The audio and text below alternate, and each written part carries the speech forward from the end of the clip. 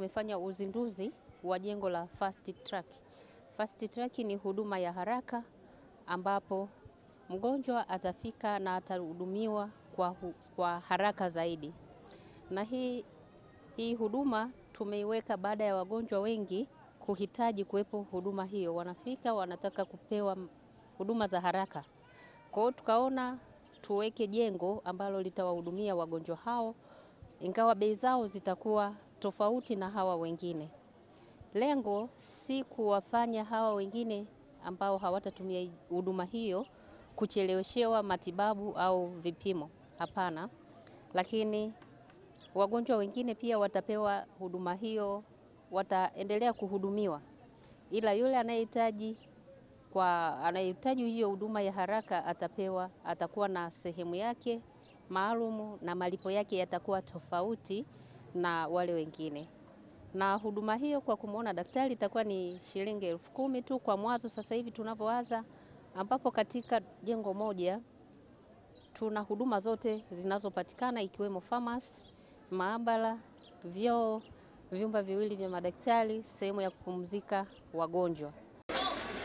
Fast Track ni kitengo maalum kinachotoa huduma bora za matibabu zenye ukarimu na kwa haraka zaidi. Kwa hiyo naweza kuona kwamba huduma ambazo zinaendelea kituoni kwetu, lakini tumeongeza huduma nyingine ambayo itakuwa inatoa huduma maalum kabisa zenye ubora na kwa haraka zaidi. Na jengo letu kama ambavyo mgeni rasmi mlikuwa mnaliona, huduma zetu zimegawanyika katika maeneo yafuatayo. Hasa tukianza na eneo la kwanza ni mapokezi pamoja na malipo.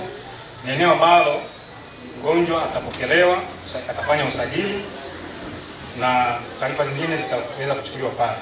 Lakini sehemu hiyo mapokezi pia kutakuwa na huduma ambazo zitakuwa zinatolewa pale wakati mgonjwa wetu au mteja wetu anasubiria kwenda kumwona daktari. Kwa mfano, kabla ya kwenda kumwona daktari akiwa amekaa pale, atakuwa anaweza kupata chai, maji, lakini pia kutakuwa na huduma au kutakuwa na TV ambazo atakuwa anaweza kuangalia taarifa mbalimbali. Kuna huduma nyingi ambazo zinatolewa kwenye Fast Track. Mmetoa ufafanuzi wa mgawanyo wa sehemu za kutolea huduma, kwa mfano mapokezi, sehemu ya malipo na huduma nyinginezo. Kwa mfano kama walivyosema, ukifika pale mapokezi unapata chai, unapata maji, masomo kuhusu afya na mwisho kwenda kupata hizi huduma.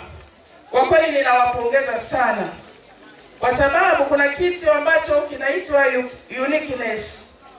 Unapoanzisha biashara lazima uwe mbunifu. Yaani tunawashukuru sana kwa kufanya huu ubunifu.